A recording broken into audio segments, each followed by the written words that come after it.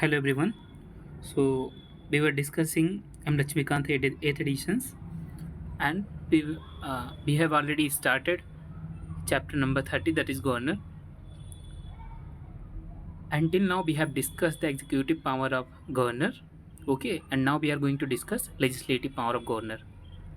तो अगर legislative power of governor की बात करें, एक governor is an integral part of the state legislature. सबसे पहली बात कि जो स्टेट लेजिस्लेचर है, गवर्नर उसका पार्ट है. ठीक है, इस कैपेसिटी में उसके पास कुछ लेजिस्लेटिव पावर हैं, जैसे कि वो हाउस को सम्मन करेगा, प्रोवोक करेगा और डिजॉल्व करेगा.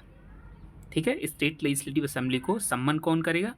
Beginning of every first session of every year and the first session after each general elections of the state legislative assembly. तो कौन सम्मन करेगा? सबसे पहले गवर्नर सम्मन करेगा. जब सेशन एंड होगा तो प्रोवोक कौन करेगा? गवर्नर ही करेगा. ठीक है, उसके बाद डिज़ोल्व भी अगर करना होगा स्टेट लेजिस्लेटिव असेंबली को, स्टेट लेजिस्लेचर को, तो वो भी गवर्नर ही करेगा. Okay, he she can address the state legislature at the commencement of the first session after each general elections. हम पहले ही बात कर चुके. ठीक है, हर साल का जो पहला सेशन होगा असेंबली का, स्टेट लेजिस्लेचर का, ठीक है, या फिर जो जनरल इलेक्शन होगा स्टेट लेजिस्लेचर का, उसका जो फर्स्ट सेशन होगा, कौन सम्मन करेगा? गवर्नर सम्मन करेगा.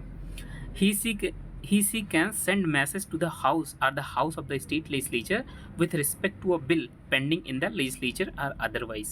मान लो कि स्टेट लेजिस्लेचर में कोई बिल पेंडिंग है. ठीक है, तो वो हाउस को, गवर्नर जो है वो स्टेट लेजिस्लेचर को मैसेज सेंड करेगा कि भाई देखिए ये बिल पेंडिंग है, इस पे अब डिस्कशन होना चाहिए. ठीक है, ऐसा क्या कर सकता है वो. ठीक है, he she can appoint any member of state legislative assembly to preside over its proceedings when the office of both speaker and deputy speaker fall vacant. ठीक है, हो सकता है किसी केस में कि जो स्पीकर है स्टेट लेजिस्लेटिव असेंबली का, ठीक है, या फिर जो उसका डिप्टी स्पीकर है, वो दोनों ऑफिस में अवेलेबल नहीं है अपने पोस्ट पे. ठीक है, तो इस केस में किसी एक आदमी को अपॉइंट करेगा और उसको ये स्पीकर का वर्क देगा कि वो हाउस को प्रिसाइड करे. ठीक है, इन case of when speaker and deputy speakers office fall vacant. ठीक है, तो ये ध्यान रखना है. उसी तरह से अगर स्टेट लेजिस्लेटिव काउंसिल, अब देखो यहाँ पे जनरली स्टेट लेजिस्लेटिव काउंसिल के बारे में डिस्कस ज़्यादा नहीं किया गया है इस चैप्टर में. उसके पीछे रीज़न ये है कि स्टेट लेजिस्लेटिव असेंबली जो है वो तो सारे स्टेट में लगभग, ठीक है, कुछ यूटीज़ में भी है, जैसे दिल्ली पुडुचेरी हो गई, कुछ यूटी में नहीं है. ठीक है, बट अगर स्टेट लेजिस्लेटिव काउंसिल की बात करें तो state legislative council maximum state में नहीं है. कुछ गिने चुने, जैसे कि यूपी हो गया, ठीक है, बिहार हो गया, तो इन्हीं कुछ गिने चुने स्टेट में स्टेट लेजिस्लेटिव काउंसिल का कॉन्सेप्ट है. इसीलिए बहुत ज़्यादा इसमें डिस्कस नहीं किया गया चैप्टर में. ओके, तो इसकी चेयरमैन डिप्टी चेयरमैन का अगर पोस्ट वैकेंट है स्टेट लेजिस्लेटिव काउंसिल में, तो हाउस को प्रिसाइड करने के लिए कि भाई आप प्रोसीड करो, प्रोसीड कराओ हाउस को, तो ऐसे केस में गवर्नर किसी को अपॉइंट कर सकता है. He she nominates 1/6 of the member of the state legislative council from amongst the person having special knowledge or practical experience in literature, science, art, cooperative movement and social services. हमने देखा था ना president के case में कि president जो है 12 members को जो राज्यसभा होती है, ठीक है, उसमें अपॉइंट करता है जिनके पास कुछ स्पेशल नॉलेज होता है. ठीक है, उसी तरीके से जो गवर्नर होगा वो स्टेट लेजिस्लेटिव काउंसिल में 1/6 जो टोटल स्ट्रेंथ है स्टेट लेजिस्लेटिव काउंसिल की, उनमें से 1/6 मेंबर को, मान लो कि अगर 100 स्ट्रेंथ है तो लगभग 6 मेंबर को जिनके पास कुछ स्पेशल नॉलेज है, जैसे लिटरेचर का फील्ड हो, साइंस का हो, आर्ट का हो, कोऑपरेटिव का हो, कोऑपरेटिव मूवमेंट्स का हो, सोशल सर्विसेज का हो, तो उनमें से 1/6 को वो नॉमिनेट कर सकता है. ठीक, he she nominated before 2020 one member of state legislative assembly from the Anglo Indian community. जो स्टेट की लेजिस्लेटिव असेंबली है उसमें 2020 से पहले क्या होता था कि जो गवर्नर है वो एक एंग्लो इंडियन कम्युनिटी का मेंबर भी हाउस में सेंड करता था स्टेट लेजिस्लेटिव असेंबली में, अगर उसे लगता था कि जो एंग्लो इंडियन कम्युनिटी है उसको रिप्रेजेंट करने के लिए कोई नहीं है. But 104th constitutional amendment act 2019 के थ्रू इस प्रोविज़न को हटा दिया गया. ठीक है, चाहे वो स्टेट का हो चाहे वो सेंटर का हो. दोनों जगह से ये प्रोविज़न हटा दिया गया है, ठीक।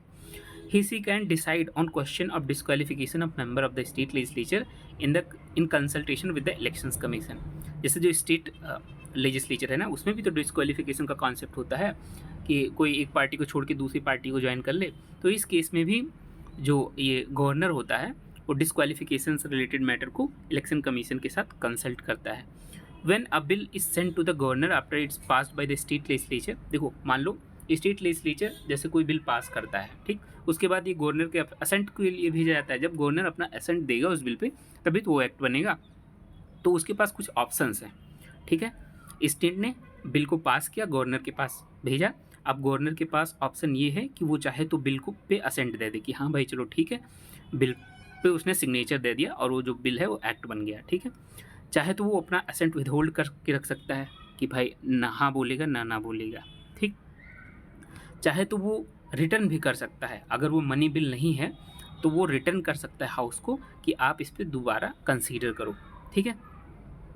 अब मान लो कि हाउस ने कंसीडर करके बिल को दोबारा पास कर दिया, चाहे वो उसमें कुछ अमेंडमेंट किए चाहे अमेंडमेंट नहीं किए, वो दोबारा हाउस पास कर देता है,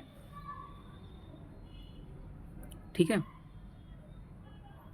तो जो गवर्नर है उसको अपनी असेंट देनी ही होगी, ठीक, जैसे प्रेसिडेंट के केस में था, इसको ध्यान रखना है। अब इसके पास एक स्पेशल पावर ये है कि गवर्नर चाहे तो किसी भी बिल को प्रेसिडेंट के लिए रिजर्व करके रख सकता है, ठीक है। वो प्रेसिडेंट को ट्रांसफ़र कर दे। Reserve the bill for the consideration of presidents, in one case such reservation is obligatory. एक केसेस में ये रिजर्व करना ही पड़ेगा, ठीक है, गवर्नर को प्रेसिडेंट के लिए। किस केस में? कि अगर मान लो कि स्टेट लेजिस्लेचर है जो है वो कोई बिल पास करता है, जो हाई कोर्ट है उस स्टेट की, उसके पोजीशंस को वो बिल चैलेंज करता है, ठीक है, या उसमें कुछ अल्टरेशन की बात करता है, तो इस केस में गवर्नर को प्रेसिडेंट के लिए वो बिल रिजर्व करना ही होगा, ठीक है, क्योंकि ये जुडिशरी के साथ इंटरफेरेंस में है।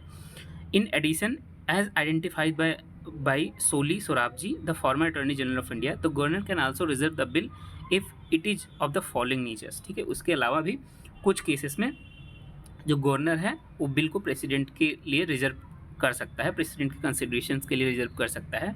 जैसे कि पहला ये है कि वो बिल जो है स्टेट लेजिस्लेटिव असेंबली ने जिस बिल को पास किया है वो कॉन्स्टिट्यूशंस के अगेंस्ट में हो, ठीक है, वो बिल जो है डायरेक्टिव प्रिंसिपल जो स्टेट पॉलिसी है उसको अपोज कर रहा हो, ठीक, या फिर जो कंट्री का इंटरेस्ट उसके अगेंस्ट में हो, ठीक, या फिर कोई बहुत इम्पॉर्टेंट मैटर हो, जैसे कि नेशनल इम्पॉर्टेंस का, कोई बहुत ही ज़्यादा नेशनल इम्पॉर्टेंस का मुद्दा हो, तो ऐसे केस में भी वो रिजर्व कर सकता है, ठीक है। या फिर कोई ऐसा प्रोविज़न हो गया जैसे कि जो आर्टिकल 31A है ना, तो किस चीज़ से डील करता है, तो compulsory acquisition of property under article 31A of the constitution, अगर इस मैटर से रिलेटेड है तो भी वो प्रेसिडेंट के कंसिडरेशन के लिए उस बिल को रिजर्व कर सकता है, ठीक। जो नेक्स्ट लेजिस्लेटिव पावर इसके पास है वो है कि वो चाहे तो ऑर्डिनेंस पास कर सकता है, कब? जब स्टेट लेजिस्लेचर सेशन में ना हो, जैसे प्रेसिडेंट ऑर्डिनेंस पास करता था ना आर्टिकल 123 के अंदर, उसी तरह से ये भी कर सकता है। बट इस ऑर्डिनेंस को उसके पास होने के करने के बाद स्टेट लेजिस्लेचर के द्वारा विदिन 6 वीक, जब भी स्टेट लेजिस्लेचर आती है अपने सेशन में तो उसको विदिन 6 वीक इस ऑर्डिनेंस को अप्रूव करना होगा, ठीक है। अगर गवर्नर चाहे तो जो ऑर्डिनेंस उसने इशू किया है उसको किसी भी टाइम विड्रॉ भी कर सकता है, ठीक। और ये बहुत ही इम्पॉर्टेंट पावर है गवर्नर की, हो गया, क्योंकि हमने कई स्टेट में आप देखेंगे ना कि बिहार का स्पेशली एक बार ऐसा हुआ था कि गवर्नर के ऑर्डिनेंस से ही जो बिहार की असेंबली वो फंक्शन कर रही थी, बिहार की असेंबली छुट्टी मना रही थी, गवर्नर जो था वो उससे ऑर्डिनेंस पास करवा के, ठीक है। अब ये किस केसेस में ऑर्डिनेंस पास करवाया जाता है? मान लो कि जो असेंबली है उसके पास स्ट्रेंथ नहीं है, ठीक है, उतनी, या कोई बिल है उसको अपोज कर रहे हैं लोग, तो इस केसेस में वो ऑर्डिनेंस का सहारा लेती है कि गवर्नर पे क्या रोक टोक उससे जो है कुछ समय के लिए रखवा देते हैं एज अ प्रैक्टिकल कि हाँ भाई पहले आप इसको पायलट बेसिस पे थोड़ा देख भी लेंगे, उसके बाद अगर ऐसा हो सकता है ना कि स्टेट लेजिस्लेटिव असेंबली को लगे कि वो बिल जो है वो स्टेट की भलाई में है, बट लोग उसको अपोज कर रहे हैं। तो ऐसे में वो चाहे तो ऑर्डिनेंस पास करवा के जब सेशन में ना रहे तो एक ट्रायल की तरह उसको यूज कर सकती है, बाद में जब सेशन में आए तो फिर उसमें होगा जो कुछ भी उसे करना होगा। ठीक। The supreme court judgment relating to the ordinance making power of the governor in DC Wadhwa case था। ठीक है, तो ऑर्डिनेंस मेकिंग जो पावर है गवर्नर की, उस पर कुछ क्वेश्चन था। ठीक। इस केस में क्या हुआ कि कोर्ट ने ये चीज़ बताया कि देखा कि 1967 से 1981 के बीच जो बिहार के गवर्नर थे उन्होंने 256 टाइम ऑर्डिनेंस जो है प्रोमulgate किया। ठीक है, and all this were kept in force for period ranging from 1 to 14 years. ठीक है, लगभग 1 से लेकर 14 साल तक ये ऑर्डिनेंस फंक्शन करते रहे, उसको टाइम दोबारा प्रोमulgate करवा के उसके जो ऑर्डिनेंस है उसको एक्सटेंड करवाते रहे। लगभग 1 ईयर से लेके 14 ईयर्स तक ऐसे ही चलता रहा। ठीक। तो अब कोर्ट ने क्या कहा कि the court rule that successive repromulgations of ordinance with the same text without any attempt to get the bill passed, ठीक है, by the assembly would be amount to violation of the constitution and the ordinance so promulgated is liable to be struck down. ठीक है, कि मान लो कि आप ऐसा नहीं कि भाई जो लेजिस्लेटिव पावर है, उस लेजिस्लेचर का क्या काम है, स्टेट लेजिस्लेचर का, कि बिल को पास करना।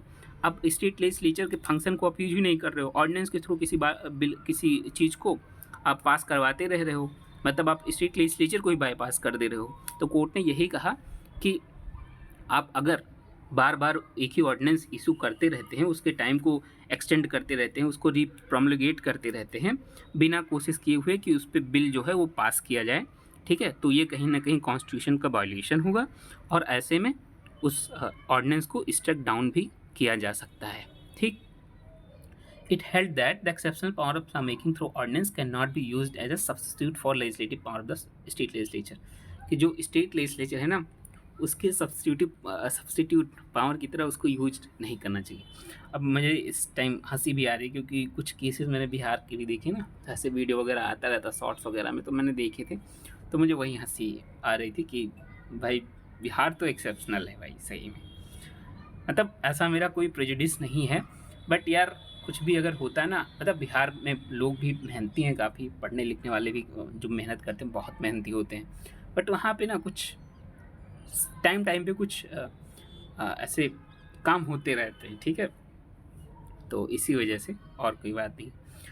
ही she lays the report of the state finance commission, ठीक है, जो स्टेट फाइनेंस कमीशन है उसकी रिपोर्ट्स को वो स्टेट पब्लिक सर्विस कमीशन की रिपोर्ट हो गई, कंट्रोल एंड ऑडिटर जनरल्स की रिपोर्ट हो गई relating to the account of the state, तो वो स्टेट लेजिस्लेचर के सामने इन रिपोर्ट्स को रखता है। ठीक है, अब फाइनेंशियल पावर की कुछ बात कर लें तो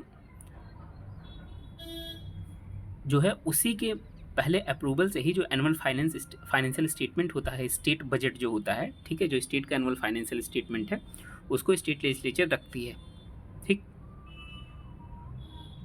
दूसरी बात कि मनी बिल को इंट्रोड्यूस करने से पहले जो गवर्नर है उसकी प्रायर रिकमेंडेशन की ज़रूरत होती है। ठीक। बिना गवर्नर के रिकमेंडेशन के डिमांड्स फॉर ग्रांट्स मेड नहीं किया जा सकता, इसको ध्यान रखना है। He she can make advance out of the contingency fund of state to meet any unforeseen expenditure, वही अलाउ करता है कि भैया आप देखो कंटिजेंसी फंड ऑफ स्टेट जो है उसमें से पैसे निकाल लो, क्योंकि अगर किसी अनफॉर्सिन एक्सपेंडिचर, मान लो कोई डिजास्टर वगैरह आ गया तो उसकी यूज करने के लिए। ठीक है, हर एक 5 ईयर्स में वही जो है फाइनेंस कमीशन को कॉन्स्टिट्यूट करता है, जो स्टेट की फाइनेंस कमीशन है उसको कॉन्स्टिट्यूट करता है, जिसका काम क्या होता है, जिसका काम होता है कि जो स्टेट की फाइनेंशियल पोजीशंस है, ठीक है, जो फाइनेंशियल पोजीशन है पंचायत एंड म्यूनिसिपैलिटीज़ की, उसको रिव्यू करना। ठीक है, अब देखो एक जो सेंट्रल फाइनेंस कमीशन है उसका काम क्या है, वो बजट जो मतलब फाइनेंसेस हैं वो स्टेट को हॉरिजॉन्टल एंड वर्टिकल डिस्ट्रीब्यूशन जो होता है ना टैक्सेस वगैरह का, तो किसकी हेल्प से, फाइनेंस कमीशन ही तो बताती है, जो सेंट्रल फाइनेंस कमीशन है। उसी तरीके से स्टेट फाइनेंस कमीशन स्टेट वाली है, जो पंचायत राज और म्यूनिसिपैलिटीज़ में जो फाइनेंस का डिस्ट्रीब्यूशन है फ्रॉम द स्टेट, मतलब किस बेसिस पे स्टेट जो पैसे देगा इन अपने पंचायत एंड म्यूनिसिपैलिटीज़ को, ठीक है, वो यही डिसाइड करता है स्टेट फाइनेंस कमीशन। अब कुछ जुडिशियल पावर भी हैं गवर्नर की। ठीक, पहला ये है कि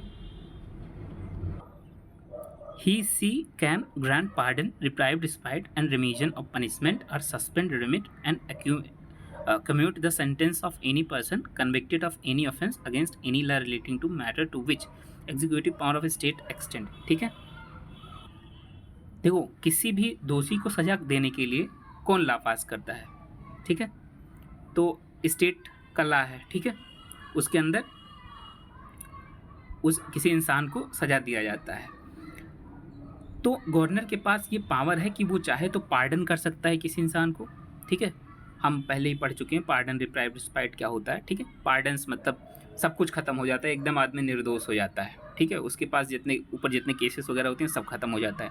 रिप्राइव कर सकता है, ठीक है, किसी को रिस्पाइट कर सकता है, रिमिट कर सकता है किसी के पनिशमेंट को, या फिर सस्पेंड कर सकता है, ठीक है, कम्यूट कर सकता है किसी भी ऑफेंसेस में जिसके ऊपर जो स्टेट की एग्जीक्यूटिव पावर है, मतलब मान लो स्टेट के किसी लॉ के अंडर किसी आदमी को पनिश किया गया है स्टेट के थ्रू, ठीक है, तो जो पनिश किया गया जो लॉ है उस पर जो एग्जीक्यूटिव पावर है वो किसका काम कर रहा है, स्टेट की एग्जीक्यूटिव पावर ही तो अप्लाई होगी। अगर स्टेट ने कोई लॉ बनाया है किसी आदमी को पनिश करने के लिए किसी क्राइम को, तो जो पनिशमेंट होगी वो एग्जीक्यूटिव पावर होगी ना, जो पनिशमेंट देने की होगी, ठीक है, कौन उसे पनिश करेगा, तो जेल हो सकता है, उसको प्रिजन में डाला जाए, तो प्रिजन वगैरह क्या हो गए, ये तो एडमिनिस्ट्रेटिव पावर ही है ना, ठीक, तो एडमिनिस्ट्रेटिव पावर भी एग्जीक्यूटिव पावर का ही पार्ट है, बस डेलीगेट लेजिस्लेशन की तरह वर्क करता है, ठीक। तो ऐसे केसेस में जो है जो गवर्नर है उसके पास पावर है कि किसी पर्सन्स को जो किसी स्टेट लॉ के अंदर पनिश हुआ है, ठीक है, और जहाँ पे जो स्टेट की एग्जीक्यूटिव पावर है उस पर एक्सटेंड अगर कर रही है, मतलब अगर उस पर अप्लाई हो रही है, तो वो ऐसे आदमी को पार्डन कर सकता है, रिप्राइव कर सकता है, रिस्पाइट कर सकता है, रिमीजन दे सकता है, ठीक है, सस्पेंड कर सकता है उसके पनिशमेंट को, रिमिट कर सकता है, कम्यूट कर सकता है।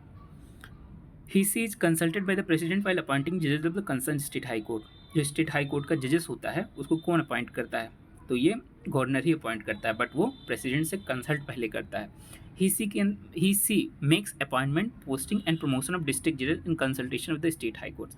स्टेट हाई कोर्ट्स के साथ कंसल्टेशन करने के बाद जो डिस्ट्रिक्ट जजेस होते हैं उनका भी अपॉइंटमेंट कैसे होगा, पोस्टिंग कहाँ होगी, प्रमोशंस कैसे होंगे, ये गवर्नर ही डिसाइड करता है।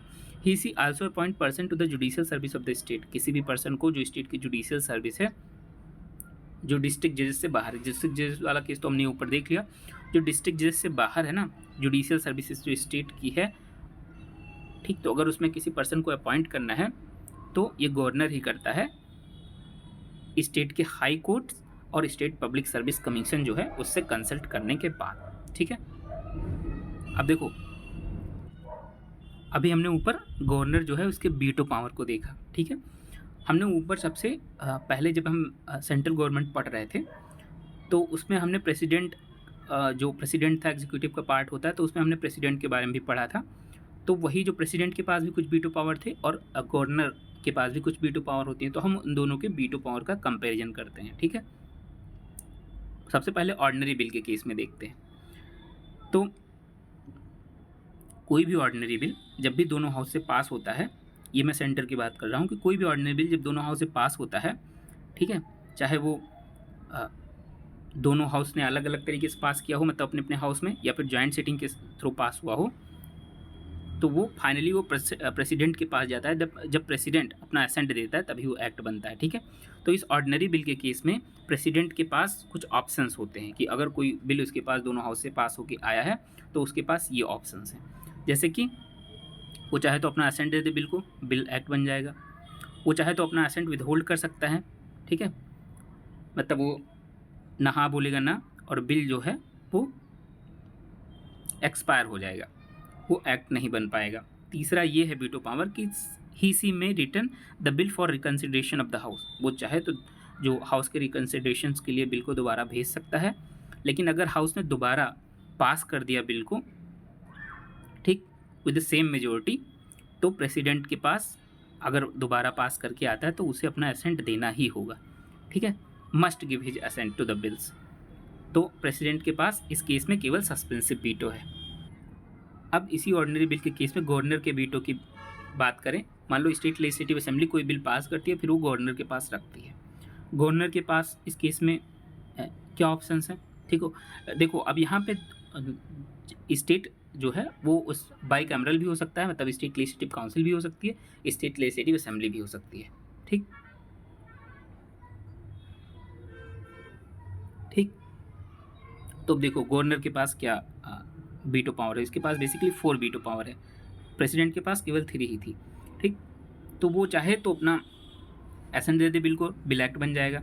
वो असेंट अपना विदहोल्ड कर ले, असेंट ना दे, बिल एंड हो जाएगा, वो एक्ट नहीं बन पाएगा। ऐसा भी हो सकता है कि वो जो बिल है उसको रिकन्सिडर करने के लिए दोबारा हाउस के पास गवर्नर सेंड कर दे। अगर हाउस ने दोबारा सेम मेजोरिटी के साथ पास कर दिया, चाहे वो अमेंडमेंट के साथ या बिना किसी अमेंडमेंट के साथ, तो वो एक्ट बन ही जाएगा। फिर गवर्नर के पास ऑप्शन नहीं होगा कि फिर उसको विदहोल्ड कर सके। मतलब यहाँ पे भी गवर्नर की जो पावर है प्रेसिडेंट की जैसा सेम ही है, ठीक है। अब इसके पास जो 4th नंबर की वीटो पावर है कि वो चाहे, ये जो गवर्नर चाहे तो बिल को प्रेसिडेंट के कंसिडरेशन के लिए रिजर्व कर सकता है, ठीक। अब देखो जब बिल प्रेसिडेंट के कंसिडरेशन के लिए रिजर्व करेगा तो प्रेसिडेंट के पास क्या पावर होंगे। हो सकता है प्रेसिडेंट जो है उस बिल पे, जो स्टेट का बिल है उस बिल पे अपना एसेंट दे दे और बिल एक्ट बन जाए। हो सकता है कि वो बिल को विदहोल्ड कर ले, बिल एंड हो जाएगा, वो एक्ट नहीं बन पाएगा। तीसरा ये हो सकता है कि वो दोबारा रिकन्सिडरेशन के लिए, जो स्टेट लेजिस्लेचर है उसके रिकन्सिडरेशन के लिए दोबारा प्रेसिडेंट सेंड कर दे। अब देखो गवर्नर ने जैसे प्रेसिडेंट को बिल ट्रांसफ़र किया तो गवर्नर का काम खत्म, अब प्रेसिडेंट और स्टेट लेजिस्लेटिव असेंबली के बीच जो चल रहा है वो हो रहा है, ठीक है। अब ये तीसरे केस में क्या है कि अगर मान लो कि बिल जो गवर्नर है, जो प्रेसिडेंट है, रिकन्सिडरेशन के लिए स्टेट लेजिस्लेचर को भेज देता है, मान लो कि स्टेट लेजिस्लेचर ने दोबारा पास कर दिया, तो ये ज़रूरी नहीं है कि प्रेसिडेंट अपना एसेंट दे ही। इस केस में भी वो अपना जो एसेंट है उसको चाहे तो ना दे, ठीक है,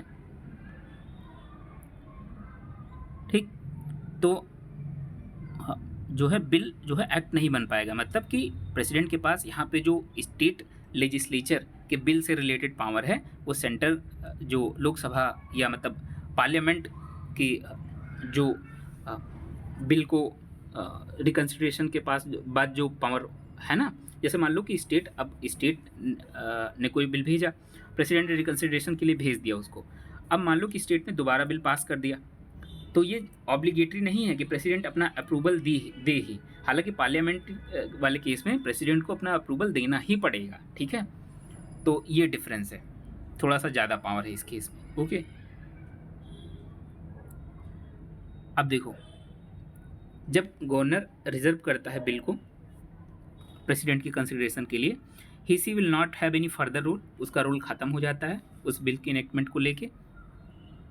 If the bill is written by the president for the reconsideration of the house and is passed against, the bill must be presented again for the president assent only, ठीक है। प्रेसिडेंट मान लो रिकन्सिडरेशन के लिए bill को दोबारा भेज दिया state legislature में, ठीक है, और बिल दोबारा प्रेसिडेंट को उसने पास करके स्टेट लेजिस्लेचर ने पास करके भेज दिया, ठीक है। अगर प्रेसिडेंट जो है अपना असेंट दे देता, बिल एक्ट बन जाएगा। तो ये जो थर्ड वाला केस है ना, जो हमने सी वाला इधर देखा, तो उस केस में गवर्नर की असेंट की कोई रिक्वायरमेंट नहीं होगी, प्रेसिडेंट ने अपना असेंट दे दिया, ठीक है, तो वो एक्ट बन ही जाएगा, ठीक। तो ये चीज़ ध्यान रखना है कि जो गवर्नर है उसका रोल खत्म हो जाता है। तो ये था वीटो पावर, ठीक। अच्छा अब देखो, ठीक है, अब हम देखते हैं मनी बिल के केस में, ठीक है। मनी बिल के केस में दोनों की जो पावर है उसको कंसीडर करते हैं, जो वीटो पावर है। देखो कोई भी मनी बिल जब पार्लियामेंट से पास हो जाता है और प्रेसिडेंट के पास उसके अप्रूवल के लिए भेजा जाता है, तो प्रेसिडेंट के पास यहाँ पे कुछ दो टाइप के वीटो पावर है। पहला ये है कि उस बिल को असेंट दे दे और वो बिल एक्ट बन जाए। दूसरा ये है कि वो उस बिल को असेंट ना दे, बिल एक्ट ही नहीं बन पाएगा, बिल खत्म हो जाएगा वहीं पे, ठीक है। बट रिकन्सिडरेशन वाला जो हमने ऑर्डिनरी बिल के केस में देखा, वो पावर प्रेसिडेंट के पास मनी बिल के केस में नहीं है, ठीक है। बट अगर वहीं हम गवर्नर की बात करें तो गवर्नर के पास ये दो पावर तो है ही, बट तीसरी पावर ये भी है कि वो चाहे तो प्रेसिडेंट के लिए उस बिल को रिजर्व कर दे, स्टेट का जो मनी बिल है, ठीक है। इसका मतलब ये हुआ कि गवर्नर भी जो रिकन्सिडरेशन के लिए दोबारा स्टेट लेजिस्लेचर के पास मनी बिल को नहीं भेज सकता। ठीक है,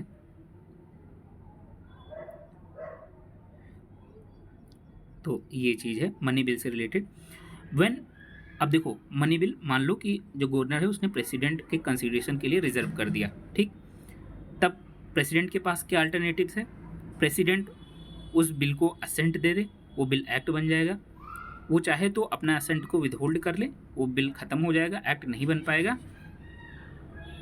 अब यहाँ पे भी प्रेसिडेंट के पास ये पावर नहीं है। मनी बिल के केस में भले वो गवर्नर के थ्रू ट्रांसफ़र होके सेंटर के पास आया है, वो जो प्रेसिडेंट है उसके पास आया है रिकन्सिडरेशन के लिए, ठीक है, बट जो पावर गवर्नर के पास है यहाँ पे, जो वीटो पावर है मनी बिल को लेके, सेम वीटो पावर प्रेसिडेंट के पास भी है, भले वो स्टेट लेजिस्लेचर के द्वारा मनी बिल पास किया गया हो। ठीक है, तो ये चीज़ ध्यान रखना है।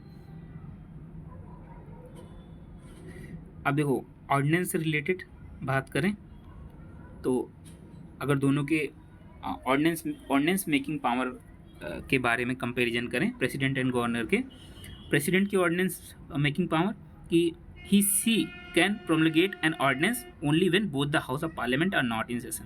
प्रेसिडेंट तभी ऑर्डिनेंस प्रोमलगेट कर सकता है जब दोनों हाउसेज जो हैं वो सेशन में ना हो, ठीक है, या फिर दोनों हाउसेस में कोई एक हाउस सेशन में ना हो, क्योंकि जो बिल होता है वो तो दोनों हाउसेस से ही पास होगा ना। तो इस केस में जो प्रेसिडेंट है वो ऑर्डिनेंस पास कर सकता है। ठीक, गवर्नर की बात करें तो he she can promulgate an ordinance only when legislative assembly in case of unicameral legislature is not in session और in case of bicameral legislature when both the house of the state legislature are not in session और when either of the two house of the state legislature is not in session. ठीक है, the last provision implies that an ordinance can be promulgated by the governor only when only one house, ठीक है, in case of bicameral legislature is in sessions because Allah can be passed by both the house and not by one house alone। ठीक है, यहाँ पे भी same ही है। ठीक, जिस स्टेट में दोनों हाउसेस हैं तो सेम पार्लियामेंट की तरह गवर्नर के पास उतना ही पावर है ऑर्डिनेंस मेकिंग पावर जो है। तो मतलब यहाँ ऑर्डिनेंस मेकिंग अगर पावर की बात करें प्रेसिडेंट एंड गवर्नर की, तो हाउस के सेशन में ना होने वाला जो पॉइंट है दोनों के केस में सेम है। ठीक, दूसरा ये है जो प्रेसिडेंट के लिए है कि he she can promulgate an ordinance only when he she satisfied that circumstances exist which render it necessary for him her to take the immediate actions. ठीक है, प्रेसिडेंट कब ऑर्डिनेंस इशू कर सकता है? जब उसे लगे कि जो सर्कमस्टांसेस हैं वो इस तरह से एग्जिस्ट कर रही हैं कि उसे इमीडिएटली एक्शन लेना पड़ेगा और उसे कोई ऑर्डिनेंस पास करना पड़ेगा। ठीक, अगर वो सेटिस्फाई होता है तभी ऑर्डिनेंस इशू करेगा। गवर्नर के केस में तो उसके लिए भी ये जो केस है वो सेम ही अप्लाई होगा। ठीक है, अब अगर कवरेज की बात करें, ठीक है, तो जो प्रेसिडेंट है वो उन्हीं मैटर पे ऑर्डिनेंस पास कर सकता है जिस मैटर पे जो लेजिस्लेटिव पावर जो लेजिस्लेचर है उसके पास पावर है लॉ मेकिंग का। ठीक है, सेम गवर्नर के केस में भी अप्लाई होता है कि केवल उसी मैटर से ऑर्डिनेंस पास कर सकता है जिसके ऊपर लॉ बनाने की पावर स्टेट लेजिस्लेटिव असेंबली के पास है। ठीक है, अब जो ऑर्डिनेंस वो इशू करता है ना प्रेसिडेंट, वो उतना ही पावरफुल होगा जितना कि कोई एक्ट पास होता है। ठीक, दोनों केस में, प्रेसिडेंट के केस में भी और गवर्नर के केस में, दोनों के केस में जो पावर होगा उस ऑर्डिनेंस का वो as an act of parliament के बराबर ही होगा। ठीक है, an ordinance is issued by him her is subjected to the same limitation as an act of parliament. वो सारे लिमिटेशन उस ऑर्डिनेंस पे भी अप्लाई होंगे जो कि किसी पार्लियामेंट्री एक्ट पे अप्लाई होते। इसका मतलब ये हुआ कि ordinance issued by him her will be invalid to the extent it makes any provision which the parliament can not make. मत मान लो कि अगर ऑर्डिनेंस कुछ ऐसे मैटर पे इशू कर देता है प्रेसिडेंट जिस पर पार्लियामेंट लॉ नहीं बना सकती थी, तो पार्लियामेंट अगर जिस मैटर पे लॉ नहीं बना सकती अगर उस पर बना देती है तो इनवैलिड हो जाएगा। उसी तरीके से अगर ऑर्डिनेंस भी ऐसे मैटर पे इशू कर दिया जाता है जिस पे पार्लियामेंट लॉ नहीं बना सकती थी तो वो भी इनवैलिड माना जाएगा। ठीक है, सेम जो है गवर्नर के केस में भी है, इसको ध्यान रखना है। He she can make withdraw an ordinance at any time, वो किसी भी टाइम ऑर्डिनेंस को लगा सकते हैं, विदड्रॉ भी कर सकते हैं। ठीक है, विड्रॉ कर सकते हैं किसी भी टाइम। ऑर्डिनेंस कब लगाएंगे? जब हाउसेस सेशन में हो ना हो, ठीक है। दोनों के केस में सेम है, गवर्नर और प्रेसिडेंट के केस में। अब देखो जो सबसे इंपॉर्टेंट चीज़ है कि जो ऑर्डिनेंस मेकिंग पावर है ना प्रेसिडेंट या गवर्नर की, वो डिस्क्रिशनरी पावर नहीं है। ऐसा नहीं कि जब उसका मन करेगा ऑर्डिनेंस इशू कर देगा, ठीक है। काउंसिल ऑफ मिनिस्टर की एडवाइस के बाद ही, ठीक है। Council of minister headed by chief prime minister in case of president, council of minister headed bye the chief minister in case of state legislative assembly, ठीक है। तो इसको ध्यान रखना है कि उसकी ये डिस्क्रिशनरी पावर नहीं है, वो कंसल्ट करने के बाद ही ऑर्डिनेंस इशू करेगा, ठीक। अब मान लो कि हाउसेस सेशन में नहीं थी तो ऑर्डिनेंस इशू कर दिया गया, ठीक। अब दोबारा जब हाउसेस रीअसेंबल होते हैं तब उस ऑर्डिनेंस को हाउस में रखा जाएगा, ठीक है। तो दोनों के केस में सेम है यहाँ पे। अब देखो, an ordinance issued by him her cease to be operate on the expiry of 6 week from the reassembly of the parliament, ठीक है। प्रेसिडेंट मान लो कोई ऑर्डिनेंस इशू करता है जब पार्लियामेंट सेशन में नहीं होती है, पार्लियामेंट जब रीअसेंबल होगी तो उसके 6 वीक तक ही सर्वाइव करेगा ऑर्डिनेंस। हालांकि उस 6 वीक के अंदर अगर जो पार्लियामेंट है वो चाहे तो उस पर लॉ बना के उसको एक्सटेंड कर दे, ठीक है। हालांकि ये जो 6 वीक है इससे पहले भी सीज कर सकता है ऑर्डिनेंस, कब? अगर दोनों हाउसेस एक रेजोल्यूशन पास कर देती हैं, ठीक है। सेम जो अप्लाई होगा स्टेट लेजिस्लेचर के भी केस में, मतलब यहाँ पे भी जो ऑर्डिनेंस रिलेटेड पावर है सेम है। ही सी, अब देखो प्रेसिडेंट के केस में he she need not instruction for making an ordinance. जो ऑर्डिनेंस बनाता है प्रेसिडेंट, उस पर ऑर्डिनेंस बनाने के लिए उसको किसी इंस्ट्रक्शन की ज़रूरत नहीं होती है, ठीक। अब लेकिन अगर वहीं गवर्नर की बात करें तो कुछ मैटर पे वो खुद से ऑर्डिनेंस नहीं बना सकता है। प्रेसिडेंट तो किसी मैटर पे ऑर्डिनेंस अपने मर्जी से बना सकता है बिना किसी इंस्ट्रक्शन के, लेकिन जो गवर्नर है उसके पास कुछ, उसके ऊपर कुछ रिस्ट्रिक्शन है। यही जो पॉइंट है वो दोनों में अलग है, बाकी सारी चीज़ें सेम है। जैसे कि अगर कोई बिल है, ठीक है, उस बिल वो बिल ऐसे प्रोविज़न उसके अंदर हैं, ठीक है, जिसके लिए जो प्रेसिडेंट की प्रीवियस सैंक्शन है उसको ज़रूरी है, ठीक है। अगर उस बिल को स्टेट लेजिस्लेचर में इंट्रोड्यूस किया जाता है तो अगर इस मैटर पे जो ऑर्डिनेंस बनाएगा गवर्नर उसको पहले कंसल्ट करना पड़ेगा, ठीक है। If he she would have deemed it necessary to reserve the bill containing the same provision for the consideration of president, ठीक है। अब मान लो कि कोई बिल जो था वो पास होता, ठीक, गवर्नर के पास जाता, गवर्नर उस बिल पे उसको प्रेसिडेंट के लिए कंसिडरेशन के लिए भेजना ही था, ठीक है, रिजर्व करना ही था। तो ऐसे इस तरह के मैटर पे अगर जब गवर्नर ऑर्डिनेंस इशू करेगा तो इस मैटर पे भी उसको प्रेसिडेंट के पास भेजना ही पड़ेगा, रिजर्व करना ही पड़ेगा उसे कंसिडरेशन के लिए। तो ऑर्डिनेंस के केस में ये भी अलग है थोड़ा, ठीक है। अगर कोई स्टेट लेजिस्लेचर का एक्ट है, ठीक है, कुछ वो सारे प्रोविज़न कंटेन करता है, ठीक। अगर मान लो कि कोई स्टेट लेजिस्लेचर कोई एक्ट बनाता लेकिन वो इनवैलिड हो जाता क्योंकि उसमें कुछ ऐसे प्रोविज़न थे जिसके लिए जो प्रेसिडेंट है उसके असेंट लेने की ज़रूरत थी। तो सेम इस मैटर पे जो ऑर्डिनेंस बनाएगा गवर्नर उसको भी प्रेसिडेंट का इंस्ट्रक्शंस फॉलो करना ही पड़ेगा इस मैटर पे भी, ठीक है। तो ये चीज़ ध्यान रखना है। अब pardoning power of president and governor के बीच में एक डिफरेंस देखें तो प्रेसिडेंट की बात करें, वो pardon, deprive, despite, remit, suspend, commute, punishment और sentence of any person convicted of any offence against central law के अगेंस्ट में अगर कोई ऑफेंस कोई पर्सन करता है तो ये सारे पावर जो प्रेसिडेंट है उसके पास है, ठीक है। गवर्नर के पास भी ये सारे पावर हैं अगर वो स्टेट लॉ के अगेंस्ट में कोई पर्सन कन्विक्ट होता है, ठीक, तो वो भी जो pardon, deprive, despite, remit, suspend, commute कर सकता है, ठीक। अब दूसरा पॉइंट ये है कि प्रेसिडेंट क्या कर सकता है, president can pardon, reprieve, despite, remit, suspend, commute a death sentence, ठीक है। डेथ सेंटेंस को भी प्रेसिडेंट चाहे तो पार्डन कर सकता है, रिप्राइव कर सकता है, डिस्पाइट, रिमिट, सस्पेंड कर सकता है, ठीक है, या कम्यूट कर सकता है। जो अथॉरिटी है ना डेथ सेंटेंस को पार्डन करने की, डेथ सेंटेंस को जड़ से ही ख़त्म कर दे, वो केवल प्रेसिडेंट के पास ही है। जो गवर्नर है उसके पास ये अथॉरिटी नहीं है कि वो भी डेथ सेंटेंस है उसको पार्डन कर दे, वो मैक्सिमम उसे कम्यूट कर सकता है। Even if a state law prescribe for death sentence the power to grant pardon lies with the president and not the governor. मान लो कोई स्टेट का लॉ है वो किसी केस में डेथ सेंटेंस देता है, ठीक है, बट डेथ सेंटेंस को पार्डन करने की जो पावर है वो गवर्नर के पास नहीं है, वो केवल प्रेसिडेंट के पास ही है, ठीक। बट डेथ सेंटेंस को जो गवर्नर मैक्सिमम क्या कर सकता है, उसे सस्पेंड कर सकता है, रिमिट कर सकता है, कम्यूट कर सकता है, ठीक। तीसरा पॉइंट ये है कि जो प्रेसिडेंट है वो grant pardon, reprieve, respite, suspend, remission, commutation in respect of punishment और sentence by a court martial. अगर कोर्ट मार्शल के थ्रू कोई सज़ा सुनाई जाती है किसी पर्सन को, तो उसके पास भी ये जो पावर है पार्डन, रिप्राइव, रिस्पाइट, सस्पेंशन, रिमीजन, कम्यूटेशंस वाली, वो प्रेसिडेंट के पास है, बट सेम पावर गवर्नर के पास नहीं है। इसको भी ध्यान रखना है। कोर्ट मार्शल के पास जो कोर्ट मार्शल के द्वारा सज़ा सुनाई जाएगी उसके केस में प्रेसिडेंट के पास स्पेशल पावर है, जबकि गवर्नर के पास ये पावर नहीं है, ठीक है। अब कुछ कॉन्स्टिट्यूशनल पोजीशंस ऑफ गवर्नर की बात करते हैं। अब देखो, जो इंडियन कॉन्स्टिट्यूशन है parliamentary form of government state में भी प्रोवाइड करता है, जैसे सेंटर में प्रोवाइड करता है, हम पहले ही जान चुके हैं, ठीक है। जैसे प्रेसिडेंट सेंटर में नॉमिनल एग्जीक्यूटिव होता है, उसी तरह गवर्नर स्टेट में नॉमिनल एग्जीक्यूटिव होता है। रियल एग्जीक्यूटिव किसके पास होता है? Council of minister headed by the prime minister in case of president, and council of minister headed bye the chief minister in case of state, ठीक है।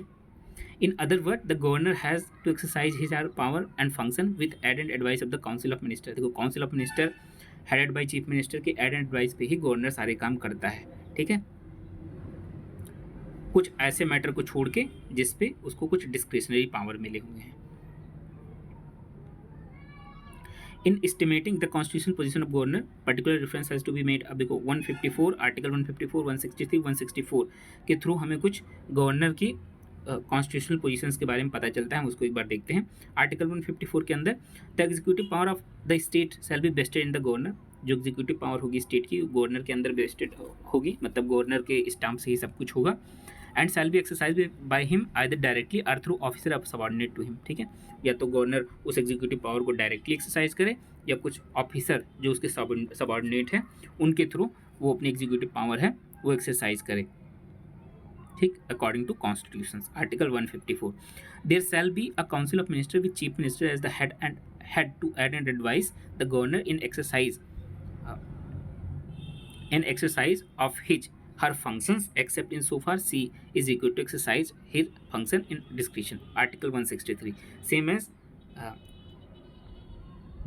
Article 74, ठीक है, कि जो प्रेसिडेंट के केस में आर्टिकल 74 पावर देता था प्रेसिडेंट को, उसी तरीके से यहाँ पे 163 गवर्नर को देता है कि एक काउंसिल ऑफ मिनिस्टर होगी हेडेड बाय चीफ मिनिस्टर, ठीक है। उसका काम क्या होगा? गवर्नर को एड एंड एडवाइस करना, ताकि वो अपना फंक्शन इसी के एड एंड एडवाइस पे कर सके।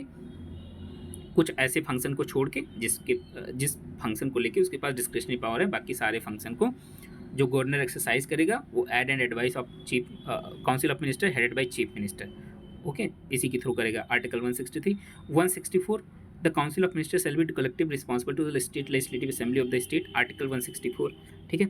आर्टिकल 164 बेसिकली रिस्पॉन्सिबल जो कलेक्टिव रिस्पॉन्सिबिलिटी है उसकी बात करता है, जैसे कि आर्टिकल 75 करता था for central government. From above it is clear that constitutional position of governor different from that of president the following to respect, ठीक है। जो कॉन्स्टिट्यूशनल पोजीशन है गवर्नर की वो प्रेसिडेंट से अलग है कुछ दो चीज़ों में। कौन कौन सी वो चीज़ें हैं कि, ठीक है, जो कॉन्स्टिट्यूशन है वो इतना पावर देता है गवर्नर को कि वो जब चाहे कुछ ऐसे पावर देता है कि इस केसेस में जो गवर्नर है अपने डिस्क्रिशन के हिसाब से एक्ट कर सकता है, ठीक है। हालांकि ये जो पावर है ना वो प्रेसिडेंट के पास नहीं है, ठीक है। While constitution envisage the possibility of governor acting at times in his her discretion, no such possibility has been envisage for the president, ठीक है। After the 42nd Constitutional Amendment Act 1976, ministerial advice has been made binding on the president, but no such provision। अब हमने 42nd Constitutional Amendment देखा था 1976 के बाद, उसमें क्या हुआ था कि जैसे इंदिरा जी ने इमरजेंसी के टाइम पे एक फ़ोन कॉल के through emergency, national emergency declare करवा दिया था, ठीक है। तो उसके बाद कॉन्स्टिट्यूशनल अमेंडमेंट हुए, उसके थ्रू ये प्रोविज़न लाया गया कि भाई देखो जो मिनिस्ट्रियल की एडवाइस होगी, ठीक है, वो बाइंडिंग होगी प्रेसिडेंट पे 42nd कॉन्स्टिट्यूशन अमेंडमेंट 1976 के थ्रू। बट कोई ऐसा प्रोविज़न गवर्नर के केस में नहीं है, ठीक। अब देखो the constitution make it clear that, अब देखो ये जो 42nd constitution amendment act 1976, minister advise has been made binding on the president, मतलब मिनिस्टर की एडवाइस बाइंडिंग होगी प्रेसिडेंट पे, बट इसमें एक एक्सेप्शन लाया गया था through 44th constitution amendment act कि भाई रिटर्न एडवाइस देंगे जो मिनिस्टर्स होंगे, ठीक है। तो ये ध्यान रखना है। The constitution make it clear that if any question arise whether a matter falls with in the governor description और नॉट, अगर कोई क्वेश्चन ऐसा अराइज होता है कि भाई कोई मैटर है वो गवर्नर के डिस्क्रिप्शन में डिस्क्रिशनरी पावर के अंदर आता है कि नहीं आता है, तो उस मैटर पे गवर्नर का ही डिसीजन फाइनल माना जाएगा, ठीक है। And the validity of anything done by him her can not be called, और जो भी उस डिस्क्रिशनरी पावर के अंदर जो गवर्नर अपनी पावर एक्सरसाइज करेगा वो क्वेश्चन नहीं किया जा सकता, ठीक है। किस ग्राउंड पे कि भाई इस मैटर को लेके उसके पास तो डिस्क्रिशनरी पावर थी ही नहीं, मतलब गवर्नर ही यहाँ सर्वे सर्वाया, अगर उसने बोल दिया कि हाँ भाई ये मैं डिस्क्रिशनरी पावर के अंदर आता है तो वो डिस्क्रिशनरी पावर के अंदर आता है, ठीक है। उस पर अब दोबारा क्वेश्चन नहीं उठ सकता है। The governor has constitution discretion the following cases, कुछ केसेस में जो गवर्नर है उसके पास कुछ कॉन्स्टिट्यूशनल डिस्क्रिशन भी है, मतलब जो कॉन्स्टिट्यूशन डायरेक्टली उसे डिस्क्रिशनरी पावर देता है, जैसे कि कोई बिल जो है उसको प्रेसिडेंट के कंसिडरेशन के लिए रिजर्व करना, ये गवर्नर को कॉन्स्टिट्यूशनल डिस्क्रिशन मिला है, ठीक है। दूसरा ये कि recommendation for imposition of president rule in the state, किसी स्टेट में प्रेसिडेंट रूल अगर इम्पोज करना है तो गवर्नर ही एडवाइस करता है प्रेसिडेंट को, ये भी कॉन्स्टिट्यूशनल डिस्क्रिशन है उसकी। While exercising his her function as the administrative of joining union territory, कि जो, ठीक है, कि हमने देखा था ना कि गवर्नर को किसी एडजॉइनिंग स्टेट या यूनियन टेरिटरी, ठीक, का एडिशनल चार्ज भी दिया जा सकता है, ठीक है, मतलब वो 2 या 2 से ज़्यादा स्टेट का भी गवर्नर बन सकता है साथ में, ठीक। तो ये हमने देखा था ना, तो ये भी कॉन्स्टिट्यूशन के थ्रू ही ये डिस्क्रिशनरी पावर उसको मिला है। While exercising his her function as the administrator of an adjoining union territory, देखो यूनियन टेरिटरी में तो ऐसा कुछ गवर्नर का कॉन्सेप्ट है नहीं, तो कोई स्टेट के बगल में अगर कोई यूटी पड़ता है तो गवर्नर का ही पावर उस यूटी पे भी एक्सटेंड हो जाता है, तो वो जो है एक कॉन्स्टिट्यूशनल डिस्क्रिशन मिला है गवर्नर को। Determining the amount payable by the government of Assam, ठीक है, Meghalaya, Tripura and Mizoram to the autonomous district council as a royalty accruing from licence from mineral explorations, ठीक है। स्टेट गवर्नमेंट है जैसे असम की, मेघालय की, त्रिपुरा की, मिजोरम की, अब उसको ऑटोनोमस डिस्ट्रिक्ट काउंसिल से अगर कुछ परमिशन लेनी पड़ती है और उसके लिए कुछ अमाउंट पे करना पड़ता है, किस मैटर में, अगर वो जो ट्राइबल डिस्ट्रिक्ट काउंसिल है उसके एरिया में से उसको कुछ मिनरल वगैरह लेना है तो उसको कुछ अमाउंट पे करना पड़ेगा, और कितना अमाउंट पे करना पड़ेगा वो कौन डिसाइड करेगा, गवर्नर डिसाइड करेगा, तो ये भी गवर्नर की कॉन्स्टिट्यूशन डिस्क्रिशनरी पावर के अंदर आता है। In addition to the above constitution discretion the express discretion mention in, अब देखो ये तो हमने जो गवर्नर है उसकी कॉन्स्टिट्यूशनल डिस्क्रिशन देख लिया, अब उसके पास कुछ सिचुएशनल डिस्क्रिशन भी है, जैसे कि अगर चीफ मिनिस्टर को अपॉइंट करना हुआ उस केस में जब कोई भी पार्टी जो है उसके पास क्लियर मेजोरिटी नहीं है with in the state legislative assembly, ठीक है, और जब चीफ मिनिस्टर या तो फिर अगर कोई चीफ मिनिस्टर है किसी स्टेट का, वो सडनली अपने ऑफिस में एक्सपायर कर जाता है और उसके पास कोई सक्सेसर नहीं है, ठीक, तो इस केस में भी जो गवर्नर है उसकी डिस्क्रिशनरी पावर है, सिचुएशनल डिस्क्रिशन है, ठीक है। दूसरा केस में ये है कि dismissal of council of minister when it can not prove the confidence of the state legislative assembly, मान लो कोई काउंसिल ऑफ मिनिस्टर है, ठीक है, किसी ने अपनी सरकार बनाई, ठीक, बट अब उसको स्टेट लेजिस्लेटिव असेंबली में on the floor of the house उसको अपनी मेजोरिटी भी प्रूव करनी पड़ती है, ठीक, बट वो नहीं कर पाती अपनी मेजोरिटी प्रूव, मतलब वो कॉन्फिडेंस नहीं रख पाती स्टेट लेजिस्लेटिव असेंबली का, इस केस में भी सिचुएशनल डिस्क्रिशन है गवर्नर के पास कि वो डिसमिस कर सकती है ऐसे काउंसिल ऑफ मिनिस्टर को, ठीक है। Dissolution of state legislative assembly if the council of minister has lost its majority, ठीक है, मान लो कोई स्टेट लेजिस्लेटिव असेंबली है उसमें काउंसिल ऑफ मिनिस्टर जो हैं वो अपनी मेजोरिटी लॉस कर देते हैं, मतलब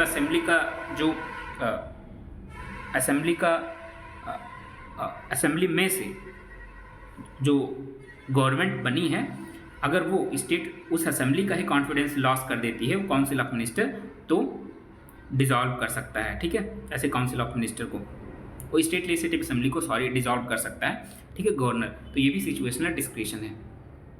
more over the governor has certain special responsibility, governor के पास कुछ स्पेशल रिस्पॉन्सिबिलिटी भी है, ठीक है, to discharge according to direction issued by the president. कुछ केसेस में जो गवर्नर होगा वो प्रेसिडेंट के डायरेक्शन इशू करेगा, करने के बाद ही उसके अकॉर्डिंग ही काम करेगा, ठीक है। In this regard the governor has to consult the council of minister led by the chief minister, act finally in his her discretions, ठीक है। कुछ मैटर पे जिसपे जो प्रेसिडेंट ने कुछ डायरेक्शन इशू किया गवर्नर को कि कुछ मैटर में गवर्नर जो होगा भले ही वो council of minister led bye chief minister उसके साथ उस मैटर पे डिस्कस तो करेगा, बट फाइनली वो अपने डिस्क्रिशन से ही काम करेगा उस पर। ये कौन कौन से मैटर हैं, जैसे कि महाराष्ट्र का बात करें तो establishment of separate development board for Vidarbha and Marathwada region, ठीक है। दूसरा, गुजरात में separate development board for Saurashtra and Kutch, जो डेवलपमेंट बोर्ड की बात कर रहे हैं महाराष्ट्र एंड गुजरात की। भले यहाँ पे गवर्नर जो होगा वो स्टेट लेजिस्लेटिव असेंबली के साथ कंसल्ट करेगा, बस फाइनल पावर जो होगा वो गवर्नर के पास ही होगा। नागालैंड में with respect to law and order in the state for so long as the internal disturbance in the Naga hills song areas continue, ठीक है। नागालैंड में जैसे जो इंटरनल डिस्टर्बेंस की वजह से ना, तो वहाँ पे लॉ एंड ऑर्डर को मेंटेन रखने के लिए, ठीक, उससे रिलेटेड अगर कुछ चाहिए तो उसके पास भी उससे रिलेटेड भी जो गवर्नर है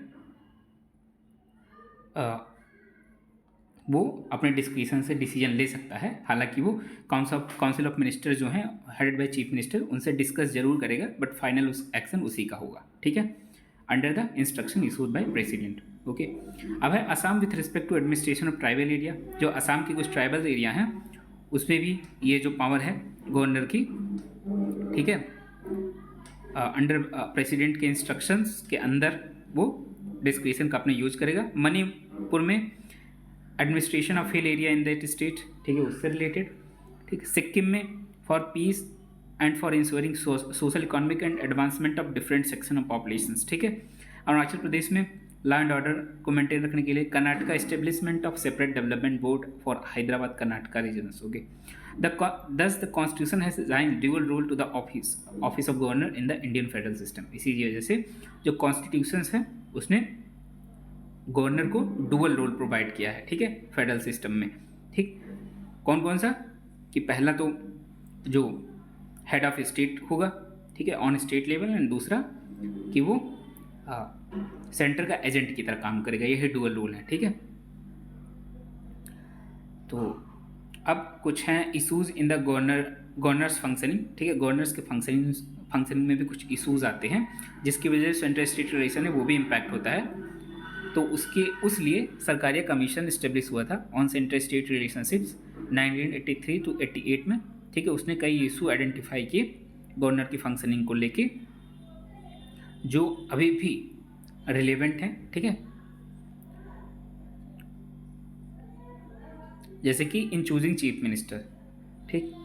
अब देखो चीफ मिनिस्टर को अगर चूज़ करना हुआ, मान लो कि कोई इलेक्शन हुआ, ठीक है, कोई सिंगल पार्टी या फिर कोई कोलिजन्स, ठीक है, मतलब जो गठबंधन हुआ वो आपस में मिलकर एक लार्जेस्ट सिंगल पार्टी बनाते हैं, ठीक। तो इस केस में तो चीफ मिनिस्टर को कोई डिफिकल्टी नहीं होती सिलेक्ट करने में, कि अगर कोई सिंगल लार्जेस्ट पार्टी अगर जीत के आती है, ठीक है, तो उसमें चीफ मिनिस्टर को सिलेक्ट करना बहुत बड़ी बात नहीं होगी। उसी तरीके से अगर कोई कोलिजन्स बना हुआ है पहले से ही, ठीक, तो वो जीत के अगर आती है तो भी उसमें भी कोई ज़्यादा डिफ़िकल्टी नहीं होती है चीफ मिनिस्टर को इलेक्ट करने में। लेकिन जब ऐसा केस हो जाए ना कि कोई सिंगल पार्टी या कुछ ग्रुप ऑफ पार्टी, ठीक है, मेजोरिटी, एब्सोल्यूट मेजोरिटी जो है उसको कमांड ना करती हूँ, इस केस में गवर्नर के पास कुछ डिस्क्रिशनरी पावर होते हैं किस चीज़ में, चीफ मिनिस्टर को सिलेक्ट करने में, ठीक है। तो in such situations the leader of party और group which in so far as the governor is able to ascertain has the largest support in the legislative assembly may be called upon to form the government. इस केस में governor को जिसे लगता है कि कोई पार्टी है या कोई ग्रुप ऑफ पार्टी है जो लार्जेस्ट सपोर्ट है जिसका लेजिस्लेटिव असेंबली में, उसको वो गवर्नमेंट फॉर्म करने के लिए बोल सकता है, ये उसकी डिस्क्रिशनरी पावर है। ठीक है। लेकिन जो कॉन्फिडेंस होगा हाउस का, उसको जब गवर्नमेंट बन जाती है तो उसको अपना प्रूव करना होगा, ठीक। This procedures leave little scope for any allegations of unfairness और partisanship on the part of governor in the use of its discretions, ठीक है। ऐसे में कोई उसके डिस्क्रिशनरी पावर पे कोई सवाल नहीं उठता है। सच अ सिचुएशन में also rise when ministry resign after being defeated in the assembly और because it's find itself in a minority, ठीक। मेजोरिटी को अगर टेस्ट करना हुआ तो in testing majority the governor have employed various way to determine which party और group is likely to command majority in legislative assembly, ठीक है। तो मेजोरिटी अगर टेस्ट करना हुआ तो गवर्नर के पास कई तरीके हैं, ठीक है, जिसके हिसाब से वो ये चेक कर सकता है कि कोई पार्टी मेजोरिटी कमांड कर रही है लेजिस्लेटिव असेंबली में कि नहीं। Some have relied only on a list of supporters of tribal claimants produced before them. In other case, physical verification by counting heads was carried out. Basically क्या करता है कि भाई गवर्नर क्या करेगा कि चाहे तो वो वोट वोट करवा ले, ठीक है, मेजोरिटी टेस्ट करने के लिए, या हेड काउंट कर ले तो उससे मेजोरिटी वो टेस्ट कर लेता है, ठीक। अब देखो इन डिसमिसल ऑफ चीफ मिनिस्टर, अगर चीफ मिनिस्टर को डिसमिसल करना है तो हालांकि कोई इन्फॉर्मेटी नहीं है चीफ मिनिस्टर के डिसमिसल को लेके। Obviously the chief minister can not continue in office after he cease to command the majority in the legislative assembly. अगर वो मेजोरिटी कमांड नहीं करता तो जाहिर सी बात है भाई चीफ मिनिस्टर अपने ऑफिस को कंटिन्यू नहीं कर पाएगा। इस केस में चीफ मिनिस्टर को क्या करता है, बेसिकली रिजाइन करता है, ठीक है, या फिर लेजिस्लेटिव असेंबली में अपनी मेजोरिटी को प्रूव करता है। इन डिजॉल्विंग लेजिस्लेटिव असेंबली, अगर लेजिस्लेटिव असेंबली को डिजॉल्व करना हुआ, ठीक, तो वो भी गवर्नर ही फाइनली करता है, ठीक। वेरियस गवर्नर है adopted different approach in similar situation in regard to dissolution in legislative assembly. The advice of chief minister enjoying majority support in the assembly is normally binding on the governor, ठीक है। Assembly को अगर dissolve करना हुआ तो chief minister की advice जो होता है इस मैटर को लेके बाइंडिंग होता है गवर्नर पे, ठीक है। हालांकि किसी ऐसे सिचुएशन में जहाँ पर चीफ मिनिस्टर की जो मेजोरिटी है ना, वो चीफ मिनिस्टर मेजोरिटी लॉस कर देता है, ठीक है, तो गवर्नर के पास ये पावर है कि वो चाहे तो रिफ्यूज़ कर दे कि भाई हम आपकी बात नहीं मानेंगे, हम अपने हिसाब से लेजिस्लेटिव असेंबली को डिजॉल्व करेंगे, ठीक। तो ये लेजिस्लेटिव असेंबली को लेके डिफरेंट अप्रोच है अलग अलग कंडीशंस में। प्रेसिडेंट रूल के रिकमेंडेशन से रिलेटेड भी कुछ ऐसा ही है कि in a number of situation of political instability in the state the governor recommended president rule under article 356 without exhausting all possible step under the constitution to induct और maintain a stable government, ठीक है। Generally क्या होता है ना कि बहुत सारे केसेस में ऐसा देखा गया कि गवर्नर क्या करता है कि छोटे मोटे केस पे भी प्रेसिडेंट रूल के लिए रिकमेंड कर देता है, ठीक है, प्रेसिडेंट रूल अप्लाई करने के लिए अंडर आर्टिकल 356।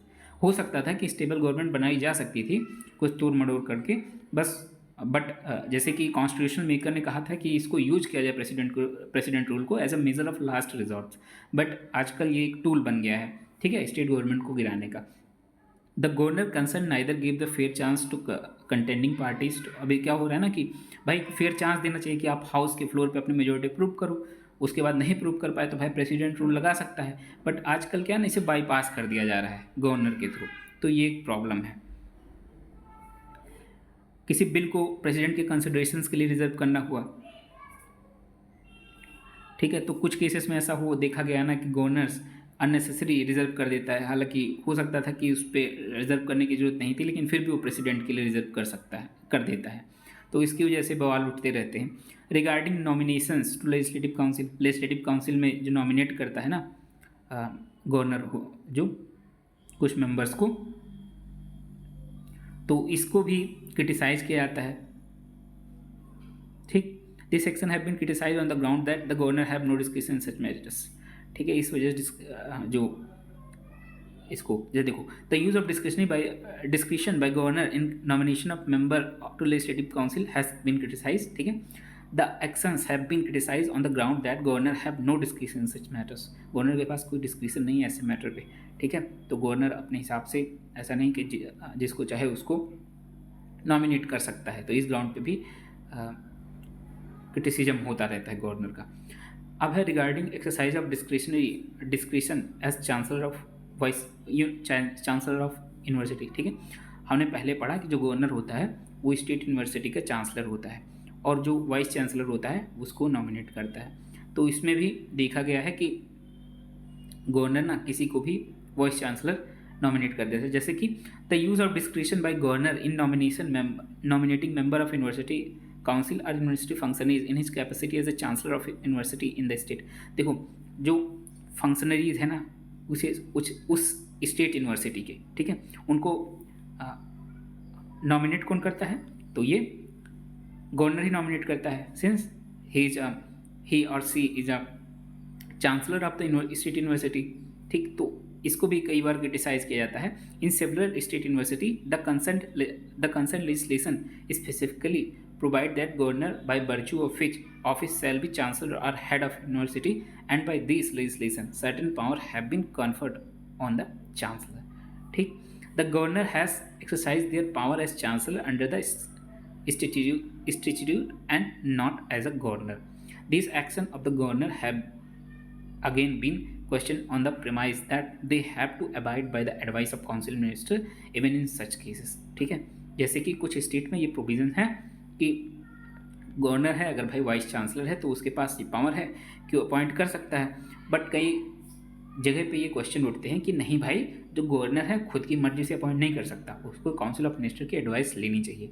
तो इस चीज़ को लेके भी टसल रहता है। ठीक है, अब कुछ इंपॉर्टेंट आर्टिकल हैं, जैसे कि आर्टिकल 153 किससे डील करता है? Governor of state. ठीक, उसके बाद 154 executive power of state, 155 appointment of governor. ठीक है, 156 term of office of governor. Okay, 161 देखते हैं power of governor to grant pardon and others. 162 extent of executive power of state, ये ज़्यादा इंपॉर्टेंट नहीं है। 163 council of minister to advise governor, इसको ध्यान रखना है। 164 other provision to ministries like appointment term salaries and others. ठीक, 165 advocate general से डील करता है, इसको ध्यान रखना है। ठीक, 176 special address by governor. Article 200 assent to the bill. ठीक, ये भी इंपॉर्टेंट है। 201 जो प्रेसिडेंट के कंसिडरेशंस के लिए रिजर्व करता है गवर्नर, ये भी इंपॉर्टेंट है। 213 power of governor to promulgate ordinance like article 123 for president. 217 जो हाई कोर्ट्स के जजेस हैं उनको अगर अपॉइंट करना है तो जो अपॉइंट करेगा गवर्नर करेगा विद कंसल्टेशन ऑफ प्रेसिडेंट। ठीक, उसके बाद article 234 appointment of persons to judicial services of state by governor. तो ये कुछ इंपॉर्टेंट आर्टिकल थे। इसी के साथ हमारा ये चैप्टर जो है वो ख़त्म होता है। नेक्स्ट चैप्टर में हम बात करेंगे चैप्टर 31 चीफ मिनिस्टर। ठीक है, अब देखो हमने ये जो लास्ट वाला देखा ना थोड़ा जल्दी देख लिया है। ठीक है, इशू इन गवर्नेंस फंक्शनिंग, आप इसको खुद से पढ़ेंगे तो अच्छे से समझ जाएंगे। अगर नहीं समझ पा रहे हैं आप, हमने मोटा मोटा बस ऐसे जल्दी अजीम कर दिया, बाकी तो जितनी समझने वाली चीज़ें थी हम समझ चुके हैं ऊपर ही। ठीक है, तो थैंक यू, इस वीडियो में इतना ही रखते हैं।